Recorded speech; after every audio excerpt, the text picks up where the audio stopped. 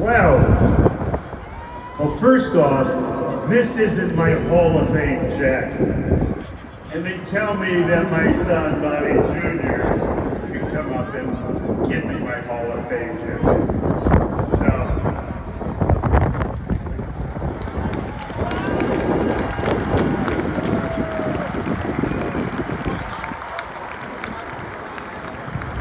yeah. Howie, thank you very much, and how lucky am I to have someone like that be in my family. And he and his mom, Mary, were the wind beneath my wings. And I just couldn't be here without them, and I'm just so lucky to have them and everyone that I consider my family, and including my special family. You know, I'm going to take it through a quick journey, but before I do, how good did Lee Mazzilli look in a uniform? Wow! Huh? That brought some to the ballpark. God, it's great to be here with him. He was my last roommate. We've had a special relationship forever, and not only was he a great player, but obviously a better person. I'm very lucky to have him as part of my extended family. And you know, I'm going to do it real quick about my luck, because I want to just tell you about luck, because I'm a lucky guy.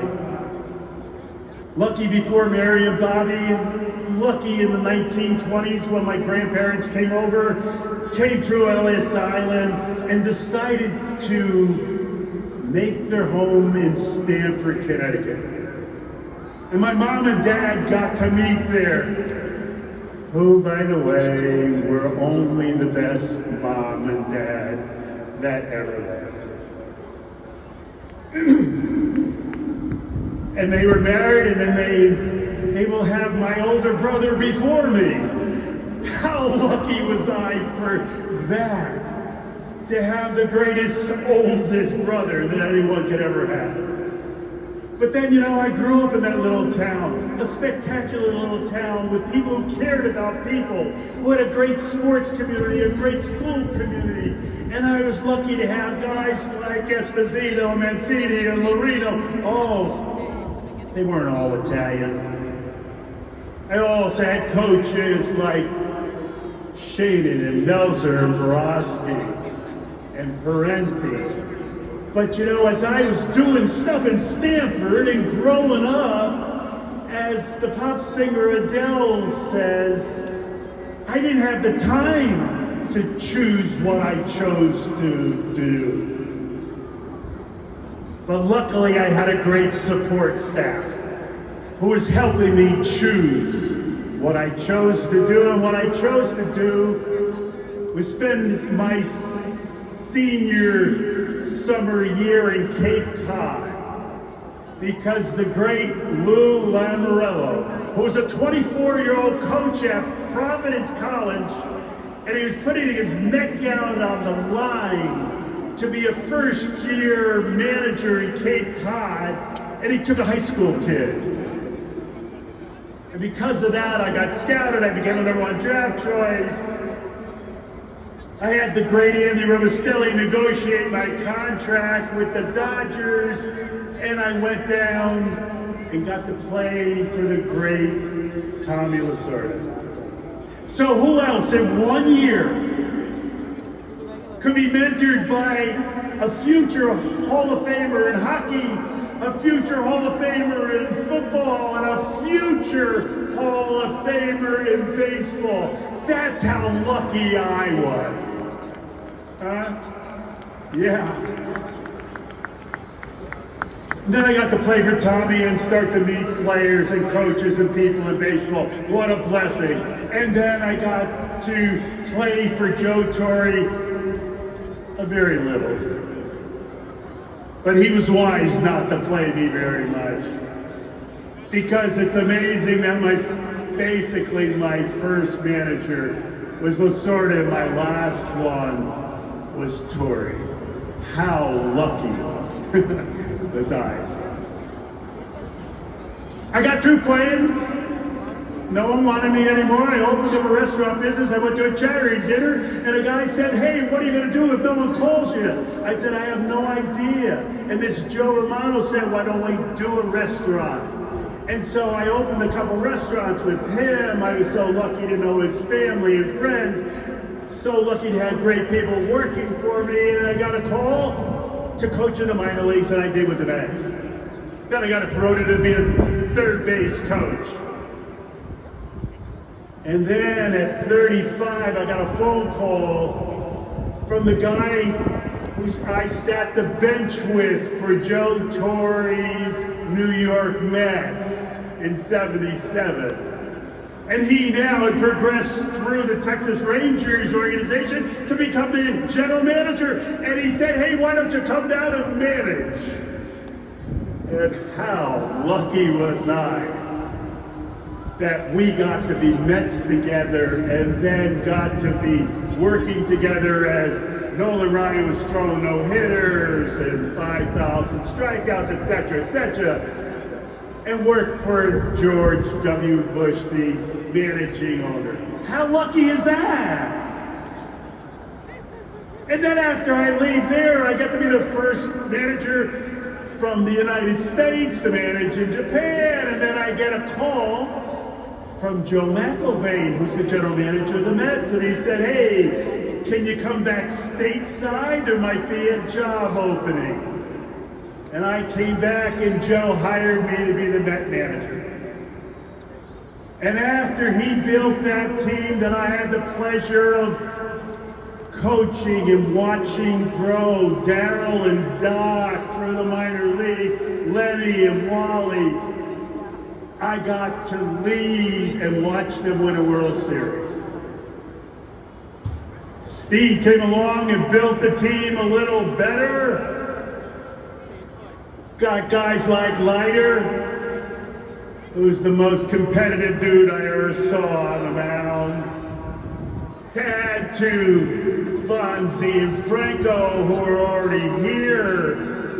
And I know Johnny's in this Hall of Fame, but he belongs in another Hall of Fame in upstate New York. And then they say the final piece, well, it's the biggest piece. Steve brought in Mike Piazza so that we could do what we did together, to do a couple playoffs and it light this city on fire. How lucky was I for that?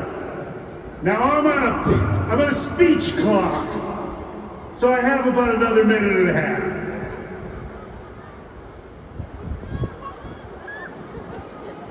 As life goes on and churns through and you start realizing how lucky you are, you understand all the family and friends from your hometown that gave you your support. You understand the players you played with, the players you coached, the players you met, the coaches you worked with, the front office, and everybody else, and how lucky you were to have special people around you. But you know, when those planes hit downtown Manhattan, and people were looking for leadership, not only did the New York Met team step up, but they followed the lead of Jay Horwitz, who ignited our team to be unified in an effort to bring this city back. And by God, we did it. And how lucky am I to be all part of that?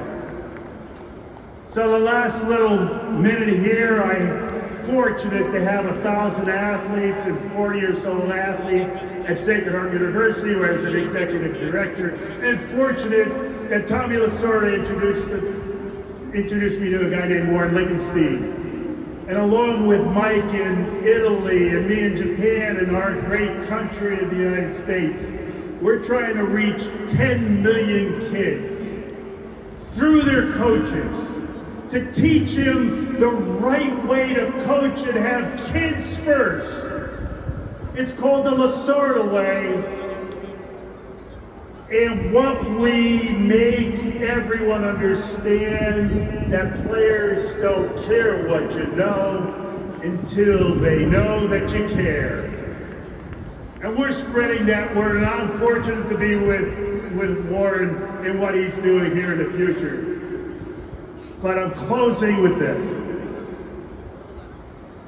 I went to a dinner with him in Beverly Hills Hotel. Michael Milken had all these successful people raising money. I got to meet a lot of people. At the end of the dinner, a guy comes over to me. He shakes my hand. He says, "Thank you, Bobby. I'm the CEO of a company in Greenwich, Connecticut. My name is David Esposito. And I want to thank you because you made me who I am today." And I was bewildered, and he told me about the time I spent 20 minutes with him in the stands when he was having a situation in his life, and that was the thing that propelled him to success. He said it was because of me. And I'm going to end with this. It was because of you. My family, my friends. It was because of you. My teammates and the people I got to coach and love and play with and play for and listen to. It was because of you. It was because of the press that let the word get out so that I could share what I wanted to share with any of you. And it was because of you, the great fans of the New York Mets, that I am who I am today. And I thank you all. God bless you, and let's go Mets!